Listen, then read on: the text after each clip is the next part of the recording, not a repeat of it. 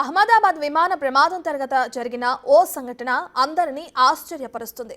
ప్రమాదంలో 241 మంది ప్రయాణికులు గుర్తుపట్టలేనంతగా కాలిపోయారు. వాళ్ళ సామాగ్రి కూడా నామరూపాలు లేకుండా పోయింది. కానీ విమానంలోని ఓ ప్రయాణికుడి దగ్గర ఉన్న భగవద్గీత మాత్రం ఒక్క పేజీ కూడా కాలిపోలేదు. ఈ విషయం అందరినీ ఆశ్చర్యానికి గురిచేస్తుంది. దాదాపు అణుబాంబు తీవ్రతతో సమానమైన పేలుడు కారణంగా ప్రయాణికులు గుర్తుపట్టలేనంతగా కాలిపోయారు. విమానం కూడా ఆనవాళ్లు లేకుండా పూర్తిగా ధ్వంసమైంది.